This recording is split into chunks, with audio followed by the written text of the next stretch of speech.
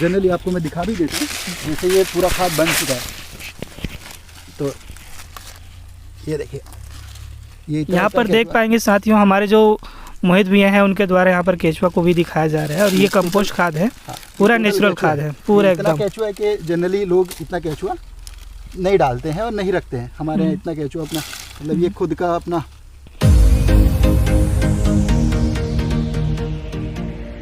नमस्कार साथियों, मैं हूं राकेश जसवंत। स्वागत है आप सभी का आज के हमारे इस नए ब्लॉग पर। तो दोस्तों, आज हम लोग हमारे जो मोहित भैया हैं उनके पास पहुंचे हैं और इनकी जो फार्मिंग है बहुत ही अच्छी लेवल की फार्मिंग है। अभी ये पूरा सब्जी उगा रहे हैं, फसल है प्लस कंपोस्ट खाद है। बहुत सारे आज भैया से जानकारी लेने वाले हैं, तो चलिए अभी मैं मिलाता हूँ भैया से। नमस्ते भैया। नमस्कार सर। और मैं राकेश जसवंत हूँ और हमारी जो चैनल है राकेश जसवंत है।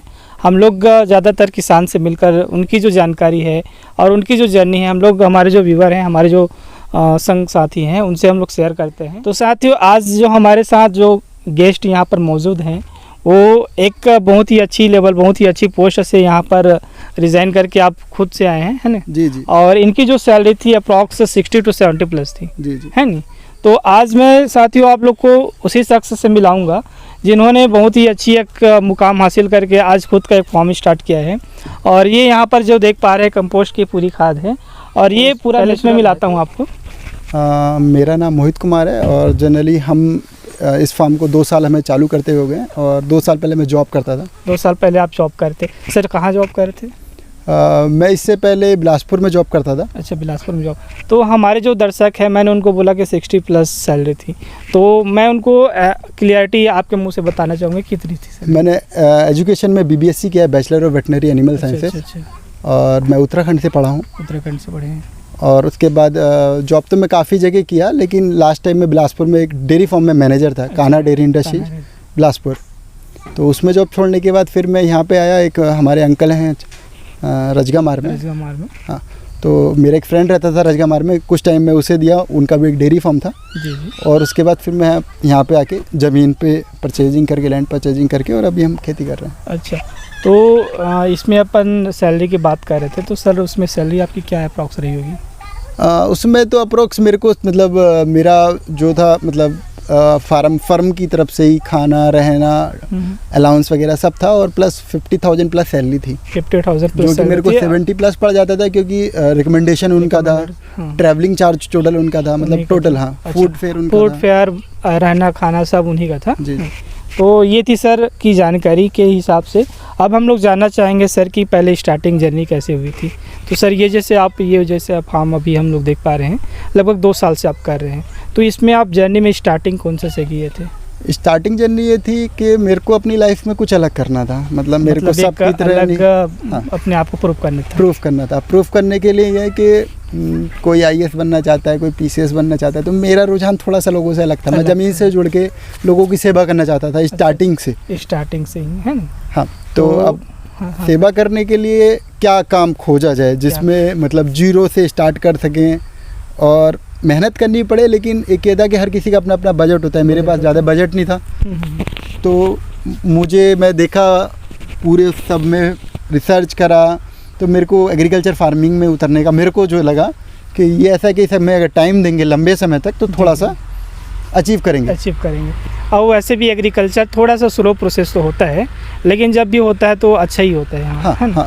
तो सर मैं जानना चाहूँगा, अभी हमारे पास ये जो फार्म है, इस पे क्या क्या अभी खेती हो रही है? अभी हमारे फार्म पे भाटा है 3-4 प्रकार का, मखना है, अभी अगाया, मतलब लोग लगाते नहीं, हमने ट्रायल के लिए तरबूज लगा दिया है। अच्छा।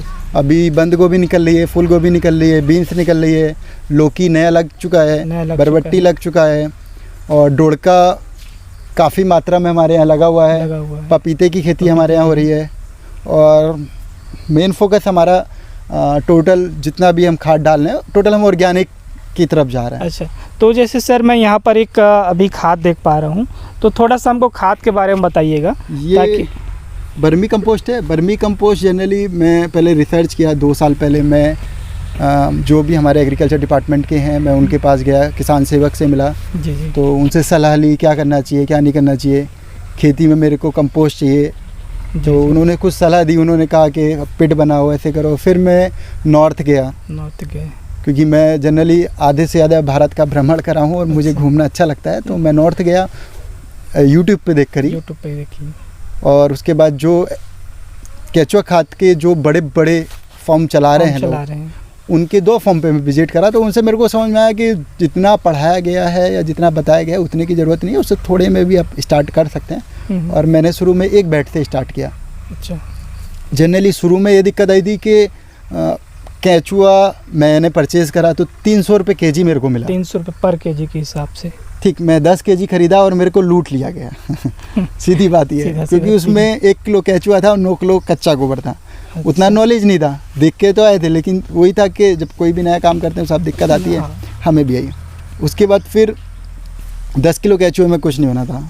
मैंने उसे डाला, 2 महीने देखा, 1.5 महीने देखा, जब कुछ नहीं हुआ तो फिर मैंने अपने एग्रीकल्चर डिपार्टमेंट में बात करी कि ऐसे ऐसे बात है। तो हमारे यहाँ एक ये अपने बालकों में है एक दिनेश सर करके, मैं उनके टच में शुरू से रहा हूँ।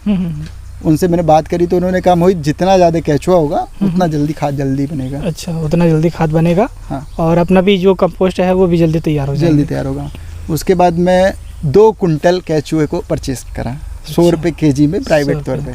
अच्छा, प्राइवेट तरफ से किए तो रेट भी कम हुआ, प्लस आपको माल भी सही माल अच्छा मिला। मैं जनरली लोग कहते हैं कि जैसे 30 फीट के बेड पे आप 30 किलो केचुआ डालो, मैं 30 से 40 फीट का बेड एक ही बनाया और मैं उस पर 2 कुंटल केचुआ डाल दिया। पूरा डाल दिया। हाँ, मेरे को वो खाद तो जैसे यहाँ पर मैं अभी देख पा रहा हूँ इसमें पूरा भी केचुआ डाला हुआ है। हाँ हाँ, जनरली आपको मैं दिखा भी देता हूँ।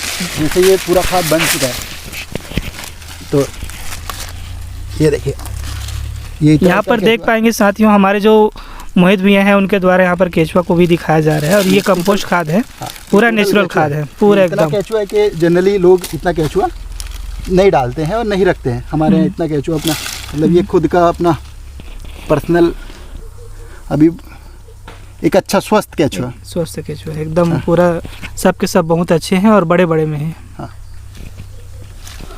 थैंक यू मोहित भैया इसको बताने के लिए आपका। तो फिर ये केचुआ डाले हम लोग। जी जी। अच्छे रिजल्ट मिले, 2 महीने के लगभग में खाद बना फर्स्ट टाइम। तो उससे समझ में आया कि अच्छी चीज़ है, अच्छी चीज़ है। फिर उतना लंबा कोई इन्वेस्टमेंट भी नहीं था, शुरू में तो जोर पड़ा। फिर 2-2.5 महीने में बना, उसके बाद बरसात आ गया। तो उसके बाद धीरे से हम और बैट डाले, क्योंकि मैं शुरू में प्लास्टिक पे डाला 30 माइक्रोन की पन्नी पे, जो हम मर्चिंग खेत में डालते हैं। तो कुछ लोगों ने कहा कि आप किसी चीज़ पे डालो ना तो केचुआ भाग जाता है। तो मैं पहले मर्चिंग पे डाला, उसमें से भी जिसे नीचे जाना था केचुआ को वो नीचे गया, चले गया। हाँ, फिर मेरे को कोई बोला कि यूट्यूब पे देखा, उन्होंने कहा कि मोटी पन्नी डालो, तो मैं 180 माइक्रोन का तिरपाल मंगाया। अच्छा, बीके कंपनी का। उस पर भी डाला, सेम कंडीशन वो। फिर मैं दिल्ली गया एक बार, और जो बड़े लेवल पर बनाते मैं उनसे सलाह लिया, तो वो बोले आप डायरेक्टली ज़मीन पर डालिए। तो जब से मैं ज़मीन पे डाल रहा हूँ, खर्चा कुछ नहीं है, और केचुआ कहीं नहीं जाता है। कहीं नहीं जाता, मतलब ये लोगों की गलत फहमी है कि केचुआ भाग जाता है। लोग पत्थरों की दीवार खड़ी कर रहे हैं, शेड बना रहे हैं, या कुछ भी ऐसा कर रहे हैं। जो जिसके पास ज़्यादा पैसा है वो कुछ भी कर सकता है, गवर्नमेंट का प्रोजेक्ट है, आप कुछ भी कर सकते हैं। लेकिन हम लोग मतलब नेचुरल अपन कर रहे हैं, और छोटे स्तर पे बिना खर्चे के या कम खर्चे की, खर्चा तो लगता ही है, खर्चा लगता ही है, तो कम खर्चे पे हम लोग अभी। तो मोहित सर, हम लोग आपसे ये भी जानना चाहेंगे, जैसे यहाँ पर कंपोस्ट खाद है, तो इसको अपन किस किस चीज़ में अपन यूज़ कर रहे हैं? अपन हर चीज़ में अभी तक, मतलब जैसे पहले ये ज़मीन हम अभी मैंने जैसे बताया कि 1.5 साल के लगभग, 1.5-2 साल के लगभग जो भी हुआ है, तो ज़मीन में पहले क्या था, कभी इसमें 100 साल पहले तक भी कभी खेती नहीं हुई थी पूरा। ये तो ज़मीन नहीं था, वो एक इतना ऐसी ज़मीन थी, कल्हड़ ज़मीन बोलते हैं देहाती भाषा में, कि वहाँ पे सांप भी ना रहेंगे। हाँ, इतनी बंजर ज़मीन थी, यहाँ घास नहीं होता था। तो जब से हमने ये खाद डालना शुरू करा है तो अभी अच्छा प्रोडक्शन है। और मैं यहाँ पर देख पा रहा हूँ पूरा हरा भरा आपका जो फसल भी है। हाँ, लगभग अलग अलग प्रकार के फसल यहाँ पे निकाल रहे हैं। हाँ, और ये जैसे यहाँ पर हम लोग देख पा रहे हैं, इसको भी थोड़ा सा बताइएगा। और इसकी जो प्लास्टिक की जो शेड आप बनाया है उसको भी थोड़ा सा बता दीजिएगा। ये हम लोग मर्चिंग लगा के रखे हैं, ये 25 माइक्रोन की मर्चिंग है। ये इसलिए लगाते हैं, जनरली अब जहाँ पे खाद नहीं डाल रहे वहाँ पे तो घास होता नहीं होता है। लेकिन हम लोग अभी जैसे मैं केचुआ खाती है लोग, जैसे मैं स्टार्टिंग में परचेज भी करा खाद, तो जब हम परचेज करते थे तो हम एक पौधे के पीछे 1 मुट्ठी 2 मुट्ठी डालते थे जनरली। अभी हमारा खुद का हो गया है, तो खुद का इतना हो गया है कि हम एक किलो क्या, 2 किलो क्या, 10 किलो मतलब क्या, कोई लिमिट नहीं है। क्वांटिटी उसकी अब लिमिट नहीं है। मतलब जितना अब उसको और अच्छा से हो सके उतना अपन डाल देते हैं, क्योंकि अपनी घर की खाद है ना। ठीक। जैसे जनरली एकड़ के पीछे लोग 4 ट्राली डालते हैं नॉर्मल खाद, हम केचुआ खाद 8-8, 10-10 ट्रालियाँ भी डाल देते हैं। अच्छा, अब इसलिए अपना प्रोडक्शन भी बढ़ गया है, है ना। अभी धीरे से हम लोग इसे प्रोजेक्ट को 1 एकड़ में लेके जाने का प्लान है। अच्छा। और अभी मोटा मोटा 100 टन गोबर का केचुआ खाद हमारे पास रेडी में है। और ये जो स्पेस में देख पा रहा हूँ, ये इसका स्पेस में अपन कितने एकड़ में होंगे? अभी हमारे पास यहाँ पे 10 एकड़ 10.5 एकड़ मोटा मोटा ज़मीन है। और ये वाला जो प्लॉट है ये 5 एकड़ 20 डिसमिल का 5 एकड़ 20 डिसमिल का यहाँ पर है, जिसमें अपन ये फार्म स्टार्ट किए हैं। हाँ, जिसमें हम खेती कर रहे हैं लगभग 5 एकड़ में, 4.5 एकड़ में, और आधा एकड़ में भी ये केचुआ खाद बना रहे हैं। और बाकी में थोड़ी सी जगह में घर है। अच्छा। और बाकी एक अभी आगे को फिश फार्मिंग का प्लानिंग कर रहे हैं। फिश फार्मिंग इसी में प्लानिंग कर रहे हैं, मतलब इसी प्लान। मोहित जी, जैसे यहाँ पर आप तरबूज की खेती वगैरह लगाए हैं ना। हाँ, और इसकी जैसे हमारे जो किसान हैं, अभी तो ज़्यादातर मैं नहीं देख पाया हूँ कि तरबूज की खेती होती है ना। ये बहुत ही रेयर होती है। और इसको पानी वगैरह देने के लिए कैसे कैसे अपन यूज़ करते हैं, और ये जो मल्चिंग आप लगाए हैं इसके बारे में भी थोड़ा हमको बताइएगा। हम जैसे स्टार्टिंग में पहले 6 महीने खेती करे बिना मल्चिंग के, तो जनरली ऐसा होता था कि बहुत लेबर लगता था। अच्छा। हाँ। प्रॉब्लम बहुत आती थी, पानी देना पड़ता था, तो ड्रिप लाइन से पानी देते थे और रोज़ देना पड़ता था, सूख जाता था। अच्छा। अब जब से इस मल्चिंग को लगाए हैं, लेबर एकदम कम हो जाएगा, क्योंकि यहाँ घास नहीं होगा, वो पन्नी से हवा नहीं लगेगा, और उस कारण से घास नहीं होता है। और जैसे यहाँ पर मैं देख पा रहा हूँ, इसके लिए पानी की व्यवस्था यहीं पर रख दी है। हाँ, पानी की व्यवस्था के लिए इसके अंदर ये पाइपलाइन डाल के रखे हैं। ये ड्रिप लाइन है। अच्छा, ड्रिप लाइन है। हाँ। और उसके बाद ये पूरा प्लास्टिक में अपन इसको कवर कर दिए हैं। हाँ, ताकि जितने में पौधा लगा है बस उतने में ही न्यूट्रिशन वैल्यू बाहर निकाल पाएगा। बाकी जैसे जनरली होता क्या है, तो घास आधे से ज़्यादा न्यूट्रिशन खा जाते हैं। हाँ, खा जाते हैं। हाँ, तो यहाँ पे जगह भी ले लेता है, जगह भी ले लेता है, तो पौधा ग्रोथ कम करता है और घास ज़्यादा ग्रोथ करता है। घास ज़्यादा हो जाते हैं, तो और उसको बार बार छीलना भी पड़ जाता है। हाँ, तो वही लेबर बचाने के लिए, पौधे को अच्छे से न्यूट्रिशन मिल सके, इसलिए हम ये किए। और ये जो अभी आप हमको ये जो फसल दिखा रहे हैं, इसकी खेती हम अगर मैं दूसरी जगह से बात करूँ, कंपेयर करूँ, तो बहुत ही कम ही लोग करते हैं। तो आपका कैसे इस पर रुझाव हो गया कि इसकी भी खेती अपन करें? मैं सारे में घूमा, फिर वही वाली बात है, मैं सारे में घूमने के बाद रिसर्च किया, 6 महीने करा, परेशान हुआ। तो वैसे ही होता है कि आदमी जब करना स्टार्ट करता है तो देख के सीख के और करूँ टाइप से। हाँ। ये भी आप स्टार्ट कर दिए। उसके बाद अपन आगे थोड़ा सा चलते हैं, तो इधर आपकी एक और फसल है, ये कौन सी, मखना है ना? हाँ, ये मखने की फसल है। मखने की फसल है। हाँ। मखना के यहाँ पर जैसे अपन प्लॉट देख पा रहे हैं, ये कितने डिसमिल पर अपन लगभग कर रहे हैं? ये 30-40 डिसमिल में मखना होगा। मतलब 30 से 40 डिसमिल पर पूरा मखना है। हाँ। इसके थोड़ा सा और आगे जाते हैं तो पूरा बैगन है। वो बैंगन है, और वो मतलब अभी आखिरी आगे है, तो उसे जोत के आगे को टमाटर लगाने की प्लानिंग है। अच्छा। अगर कोई किसान भाई को यहाँ पर आसपास में लोकल में जरूरत पड़ता है तो आकर तोड़ के ले भी जाते हैं। हाँ। अब जैसे हम बैंगन अभी तोड़ना हम खुद से बंद कर दिए, मंडी में रेट गिर गया है, पूरा गिर गया है। तो अभी जैसे हमारे आस पड़ोस में गाय पाल के रखे हैं, तो बोल दिए कि भैया आ जाओ और ले जाओ। अगर जिसकी ज़रूरत है तो यहाँ लोकल एरिया में, अब हम लोग यूट्यूब पे चैनल वीडियो डाल रहे हैं, इसका मतलब ये नहीं कि पूरा लोकल एरिया। नहीं, कोई फर्क नहीं पड़ता, बैंगन अभी लास्ट में छोड़ दिए हैं। अच्छा। जिसे जितना लेके जाना, मतलब जो भी अगर किसान यहाँ से आकर लेना चाहेंगे तो आके ले जाइए। गाँव वाले भी आके ले जाते हैं, जो भी मतलब अभी छोड़ दिए उसे उसके हालात। अच्छा, मतलब एक ढंग से ये भी सेवा है, बोलिए। हाँ। आप आके ले जाइए भैया, क्योंकि अभी मार्केट में जो रेट मिलेगा उतना कम से कम आप खा लोगे। हाँ। है ना, रेट ही नहीं है मार्केट में, जो तुड़ाई का पैसा नहीं वापिस आ पा रहा है। अभी तो हम लोग भी मार्केट में लेकर जाते हैं तो 8 रुपये 10 रुपया किलो के हिसाब से। अब हम अगर मार्केट में 8 रुपये में ले रहे हैं किसी कोचिया से, तो हो सकता है वो तो 2-3 रुपये में ले रहे हैं। बस वही रेट है। उससे अच्छा ये है कि खेत में ही रहे। अब आगे को इसे रूटर से जो देंगे तो इसका भी कंपोस्ट बन जाएगा जमीन में। अच्छा, तो ये अभी लगभग यहाँ पर अब क्या लगने वाला है फिर? अभी इसमें 1 जनवरी को टमाटर लगाया जाएगा। 1 जनवरी को टमाटर। अच्छा, जैसे हमको जैसे अभी टमाटर की बात कर दी आपने, तो मैं ये चीज़ जानना चाहूँगा कि ये कौन कौन से सीज़न में क्या क्या ज़्यादा फसल अपने लिए ज़्यादा? हम लोग ज़्यादातर कोशिश ये करते हैं कि जो चीज़ फसल सीजन में लगती है उसे ना लगा के सीजन के कुछ आगे पीछे करें, ताकि उसका जो वैल्यू है वो थोड़ा सा अच्छा मिल जाए। जैसे हम तरबूज लगा के रखें तो जनरली कोई तरबूज नहीं लगाता है। हाँ, हम लोग लगाए, हम ट्रायल के लिए लगाए हैं। और ये जैसे मखना है, मखना का सीजन अभी चल रहा था। हाँ, मखने का सीजन जैसे भी सस्ता हो गया है। अभी मखना बाजार में 10 रुपये किलो हमारा थोक रेट जा रहा है, जो पुराना मखना था। तो अभी जो नया मखना आएगा उस टाइम पे थोड़ा सा सीजन में कम से कम ये 30 से 40 रुपये आ रहा। ये फुटकर रेट है, जनरली 15 से 20 रुपए मंडी कटेगा जब 15 ये से 20 निकलेगा। रुपये मंडी। तो यहाँ पर मंडी में कहाँ, कोरबा मंडी में ही देते हाँ, हैं? हम लोग कोरबा मंडी में जाते हैं। तो कोरबा का मंडी का डेली मंडी है क्या सर? हाँ, हमारा मतलब डेली एक गाड़ी माल हो जाता है मोटा मोटा, और वो अच्छा। बाजार चला जाता है। अपन जैसे कोरबा में कभी विजिट के लिए पहुँचे कोरबा मंडी में, क्योंकि हमारे जैसे अब मान लीजिए ये वीडियो उनके पास पहुँचाएंगे तो उनकी बहुत सारे ऐसे भी जवाब रहेंगे कि हो सकता है मंडी का भी वीडियो बनाए। तो अपन जनरली होता क्या है, मैं जैसे किसान हूँ तो मुझसे बहुत सारे व्यापारी डायरेक्टली जुड़े हुए हैं। अच्छा अच्छा।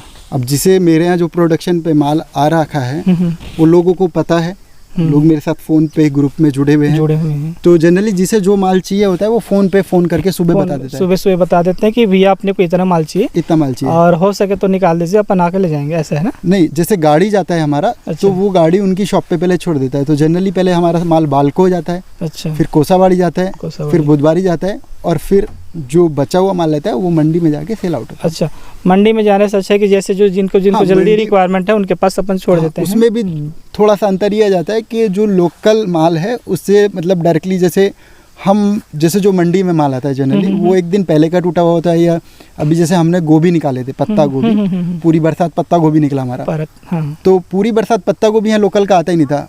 पत्ता गोभी उस समय आता था बंगाल की तरफ से, कहीं से बाहर से आती। 3 दिन लगता था उस गाड़ी को आने में, 1 दिन लगता था उसे वहाँ कटने में, 4 दिन पुराना आता था। तो जनरली हमारा 7 बजे सुबह कटता था और 9 बजे तक दुकान पे और 10 बजे तक आदमी के हाथ में। तो उसका एक अलग ही क्वालिटी होता है। अच्छा, वो जो फ्रेश है उसकी जो क्वालिटी है और 3-4 दिन रहने के बाद उसकी जो क्वालिटी है वो तो हर किसान को और हर भाई को पता है कि क्वालिटी कैसी होनी है। हाँ, तो जनरली टोटल माल लगभग फ़ोन पे ही सेल आउट हो जाता है। अच्छा, और क्वालिटी के मतलब मैं सीधा ये अगर बोलूं, आपको यहाँ पर सेलिंग की या फिर बेचने वगैरह की किसी प्रकार की कोई टेंशन नहीं? हमें किसी प्रकार की कोई टेंशन पहले से ही आपके पास ग्राहक बने हुए हैं, और भगवान करे और आपके पास बहुत अच्छा ग्राहक बने, ताकि आपकी जितनी भी फसल है आज टूटे और अभी के पीछे जैसे शुरू में हमें बताया गया कि 3 ट्राली 4 ट्राली खाद डालिए, तो जनरली ये ज़मीन इतनी हल्की थी कि कुछ नहीं होता था। तो अभी हम 15 ट्राली 20 ट्राली बर्मी कंपोस्ट डालने, अब जिन्हें सुन के लगेगा लोगों को कि ऐसा हो ही नहीं सकता है, तो जनरली हम कर रहे हैं। नहीं, ये जगह देख के ना, अगर मैं हमारे जो किसान भाई हैं उनको बताऊंगा तो बिल्कुल समझ पाएंगे, क्योंकि एक बंजर जमीन पर आप इस टाइप से उगा दिखा रहे हैं उनको। हाँ, मैं शुरू से ही मतलब यूरिया पे DAP पे मैं गया ही नहीं। उसके भी 2 कारण हैं। मतलब मैं और किसानों से भी मिला, अपने लोकल में भी घूमा हूँ। अब मेरे यहाँ पे जितना बैंगन है, मैं 2 एकड़ में भी बैंगन लगाया था, लगभग मोटा 16 हज़ार पेड़, 2.5 एकड़ में। तो मेरे यहाँ एक भी पेड़ नहीं मरा, जबकि वो नॉर्मल थरे का पेड़ था। अच्छा। बोलने से था कि नॉर्मल पेड़ मतलब बीज लगाया और सीधे पेड़ हो गया। अभी जनरली क्या है, मेरे पड़ोस में, आस पड़ोस में जो खेती कर रहे हैं वो लंबे समय से कर रहे हैं, तो जो DAP यूरिया डाल रहे हैं, तो उनके यहाँ वो नॉर्मल पेड़ जब फल लगना शुरू होता है तो मर जाता है। उसमें एक बीमारी आ जाती है बिल्ट की। हाँ, तो जनरली हमारे यहाँ बिल्ट नहीं है। बिल्ट इसलिए नहीं है क्योंकि हम लोग यूरिया DAP ये नहीं डाल रहे हैं, हमारी ज़मीन बीमार नहीं है।